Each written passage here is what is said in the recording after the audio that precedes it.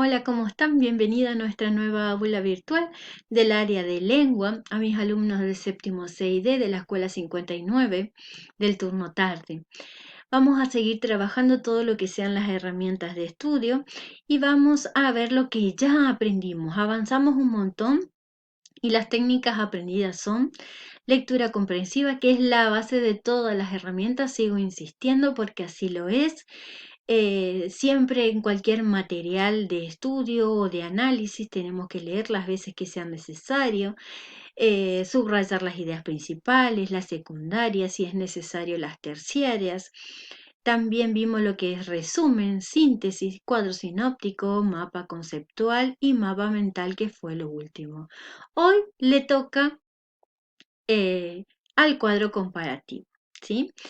El cuadro comparativo, como lo dice la palabra, son cuadros que van en forma de columna que comparan varios elementos, ¿sí? De dos o más elementos. Les voy a leer lo que es la consigna. Ustedes tienen en el PDF de las actividades también para que tengan en sus carpetas el concepto y cómo se realiza. Es una excelente manera de ordenar la información, ya que permite que se observe visualmente las diferencias y las similitudes entre los distintos elementos que forman parte del cuadro. Generalmente estos diagramas se realizan en forma de columnas, por lo que la información colocada se observa en sentido vertical. Este tipo de cuadros debe contener información clara y sencilla. Vuelvo a repetir como en las otras herramientas. Clara y sencillas, ¿sí? Solo se deben colocar los puntos importantes en los que se puede realizar una comparación entre los elementos, ¿sí? No hablo de la síntesis y el resumen, que es otra cosa. Si bien es una técnica de estudio que se puede analizar, acortar el texto, ¿sí? Sacar solamente las ideas principales, ya sea por nuestra propia interpretación o por la opinión solamente del autor, como tienen las características el resumen y la síntesis. El mapa conceptual, mental, cuadro sinóptico, cuadro comparativo ahora, son informaciones claras, sencillo, cortito, ¿sí? Porque esto sirve para organizar en nuestra cabeza, en primer lugar, los conceptos, cómo están dados, de qué importancia se da, cómo se relacionan, ¿sí? Y en este cuadro comparativo debemos comparar elementos y qué cosas debemos comparar de esos elementos, ¿sí? Ya les voy a dar los ejemplos. Yo lo que veo es que quieren poner mucha información y es al revés. En estas herramientas, como ya les digo, del mapa conceptual, mapa mental, cuadro sinóptico y el cuadro comparativo, son informaciones claras, cortitas, sencillas, ¿sí? Porque es una organización, ya sea mental, si quiero estudiar y analizar, o algo para explicar, una exposición oral, por ejemplo, una clase que tenga que exponer un tema oralmente. Yo no puedo escribir, como el año pasado dijimos, en una lámina todo lo que voy a decir y tengo que leer, no. Es una guía para mí de lo que tengo que explicar y para lo que están observando mi clase, por ejemplo, ¿sí? No se puede poner tanta información, se tiene que poner palabritas claves y cada una de las técnicas, de las herramientas que aprendimos, tienen su forma de hacerlo correctamente. Yo aquí le traje algunos ejemplos, ¿sí? Acá tenemos nosotros en el primer ejemplo valores, ética, moral, justicia, que están en forma vertical, que son los elementos que se van a comparar, son los elementos que se van a comparar. De manera horizontal están las cosas que se van a comparar de esos elementos, ¿sí? Definición, objetivo, características, dice acá, de estos elementos. También se puede hacer de otra manera. Siempre se colocan las dos cosas, los elementos y qué se compara de esos elementos. pero se puede poner en forma vertical u horizontal como en estos ejemplos, que acá tenemos en forma horizontal los elementos a comparar y en forma vertical qué cosas vamos a comparar de esos elementos. Es fundamental en un cuadro comparativo. ¿Está? Sí o sí tienen que tener estas dos cosas, no importa que esté en vertical u horizontal. Seguimos con otro tipo de ejemplos donde tienen imágenes, ¿sí? No importa qué dice porque la verdad que ni yo alcanzo a leer porque son ejemplos que saqué de internet y las imágenes son muy chiquititas, pero donde contienen imágenes. Solamente se hacen eh, un tipo de comparación que en este caso son libritos de literatura, que es la descripción de cada uno de los cuentos, ¿sí? Y colocan imágenes que también está permitido. En el otro son los medios de comunicación, que lo único que comparan son sus características. También están aceptadas las imágenes en estos tipos de cuadros. Por ejemplo, van a encontrar cuadros comparativos en publicidades, ya sea de teléfono, de diferentes tipos de marcas, en computadoras. Yo le doy un ejemplo, ¿sí? Donde vamos a encontrar diferentes tipos de marcas de teléfonos que van a comparar. ¿Y qué van a comparar de esos teléfonos? Por ejemplo, la duración de la batería, el sistema operativo, el peso, el tamaño, ¿sí? La memoria, la cantidad de memoria van a encontrar en esas publicidades, ¿sí?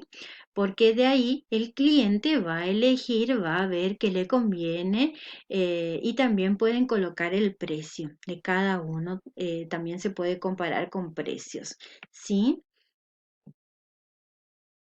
La elaboración de un cuadro comparativo. Yo ya le mostré algunos ejemplos que tienen elementos que se comparan y que se comparan de cada elemento fundamental. No puede faltar eso en un cuadro comparativo. También pueden haber imágenes eh, y tiene que ser información sencilla y clara, tanto para mí que voy a explicar y tanto para el que me va a escuchar o ver en una publicidad, ¿sí? Para crear un cuadro de este tipo, primero se deben decidir los elementos que se quieren colocar en la tabla para realizar la comparación. Se deben colocar las ventajas y desventajas a tomar en cuenta. Es una buena idea utilizar elementos visuales que ayuden a ilustrar, a las opciones de mejor manera. Es lo que vimos con las imágenes que colocan. Los hechos o elementos se pueden comparar de una mejor manera si se ubican lado a lado. Esa es una de las razones por las cuales estos diagramas pueden ser herramientas efectivas, ¿sí? Son herramientas efectivas todas las que les di hasta ahora, pero cada herramienta sirve para algo en particular. Por eso es bueno que aprendan a hacer correctamente todas, porque a la hora de realizar un trabajo, de estudiar o presentar una exposición oral, ustedes van a elegir la herramienta que les convenga en ese momento. Todas son importantes, ¿sí? Pero primero, recordemos que la base es la lectura comprensiva y segundo, que algunas herramientas de las que estamos viendo nos van a servir para ciertos tipos de casos. Por ejemplo, si es un texto que habla de un solo tema, yo no puedo utilizar un cuadro comparativo porque el cuadro comparativo, como lo dice la palabra, tengo que comparar dos cosas o más, ¿sí? Y definir qué cosas comparar de esos elementos, ¿sí? Entonces, es bueno que aprendan todas las herramientas a realizarla de la mejor manera, porque a la hora de decidir cuál utilizar, es importante saber qué me conviene, qué herramienta me conviene utilizar. Las actividades propuestas en el PDF, y les voy a explicar también en el aula, virtual, esta clase, es la siguiente. Con el texto que trabajaste el día 13 del 4 del 2020 sobre la alimentación y nutrición, ¿se acuerdan que ustedes tuvieron que buscar un texto de 4 párrafos que hable de la alimentación y la nutrición y donde hicimos nosotros un mapa conceptual y un cuadro sinóptico de ese mismo tema? Todos tenían textos diferentes, así que esto también va a estar diferente seguramente. Con esa información que no tienen que volver a copiar el texto, solamente tener en cuenta, leer y sacar la información, ¿qué vamos a hacer? Nosotros vamos a comparar dos cosas acá, la buena alimentación, la mala alimentación, ¿sí? ¿Y qué elementos vamos a comparar de eso? Los alimentos que se consumen con una buena alimentación y los alimentos que se consumen con una mala alimentación. Los hábitos que se realizan con una buena alimentación, los hábitos que se realizan con una mala alimentación. ¿Y qué consecuencias trae una buena alimentación y una mala alimentación? Ahí en el PDF está escrito cuándo me tienen que enviar ustedes la tarea para que yo pueda corregir. ¿Estamos?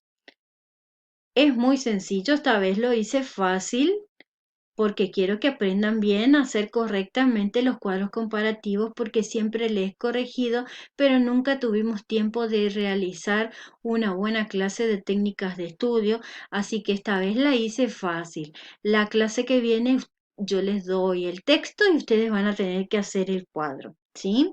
Así que esta vez es más sencillo, pero tienen que tener en cuenta cómo se realiza el cuadro comparativo correctamente. Y recuerden, por favor, recuerden esto, no se olviden nunca. Los errores no son fracasos, son señal de que estamos intentando, ¿sí? Esta frase nos dice mucho, especialmente en estos momentos. Hay chicos que se decepcionan cuando se equivocan, que no prestan atención, que chicos, todos tenemos errores, los errores son necesarios en la vida, no se desesperen, no desesperen a su familia por las tareas. Ya les dije ya que ustedes se comunican conmigo y yo por medio de audios les voy a explicar. Los errores son necesarios en la vida porque de ellos aprendemos más y mejor, ¿sí? No se frustren. Estamos en momentos difíciles. Es desesperante porque jamás pasamos por algo así, ¿sí? Ni yo dando clases por computadora, ni ustedes no viéndome, ni preguntándome en las horas de clase cómo tienen que realizar la tarea. Entiendo perfectamente la situación, pero no hay por qué ponerse mal cuando uno se equivoca. ¿Por qué? Porque de los errores aprendemos más y mejor. Porque eso quiere decir, como dice la frase, que estamos intentando. Hay chicos que lamentablemente no lo están intentando y eso es lo que a mí realmente me preocupa. No me preocupa los chicos que tengan errores y que intenten una y otra vez porque yo sé que van a ser exitosos en la vida, ¿sí? Me preocupan aquellos chicos que no están realizando las tareas, que no están enviando las tareas ni se comunican conmigo ni me contestan los mensajes. De ellos estoy preocupada, no de ustedes. Si ustedes me mandan audio, yo les contesto. Es más, estamos muchas veces hasta las 11 de la noche mandándonos audio hasta que ustedes se tranquilizan y pueden resolver las cosas. No se enloquezcan. Estamos en una situación difícil para todos. Así como es difícil para ustedes, también lo es para mí, ¿sí? Así que de los errores se aprenden más y mejor. No se olviden de eso. Nos estamos viendo.